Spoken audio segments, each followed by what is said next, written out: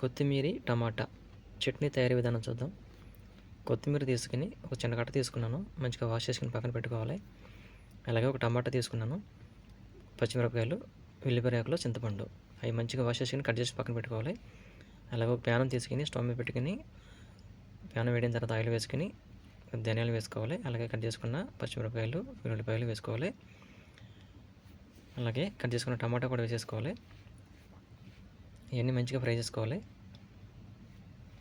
మంచిగా ఫ్రై అయిన తర్వాత చింతపండు కూడా వేసుకొని కొద్దిసేపు ఫ్రై చేసుకోవాలి.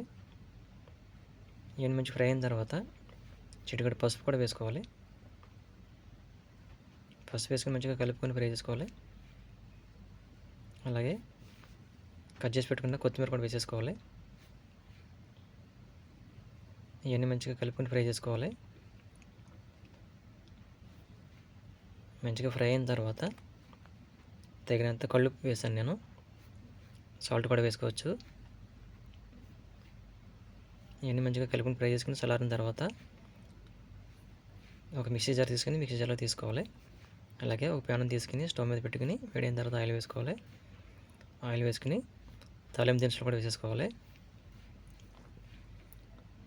మినపప్పు, శనగపప్పు, నువ్వులు వేసాను. అలాగే జీలకర్ర, ఆవాలు, ఎండుమిరపకాయ, ఉల్లిపాయ, కరివేపాకు మంచిగా ఫ్రై చేసుకోవాలి. కొద్దిగా ఫ్రై అయిన తర్వాత ఇంగువ కూడా వేసుకుని కొద్దిసేపు ఫ్రై చేసుకోవాలి. అంతే, స్టవ్ ఆఫ్ చేసేసుకోవాలి.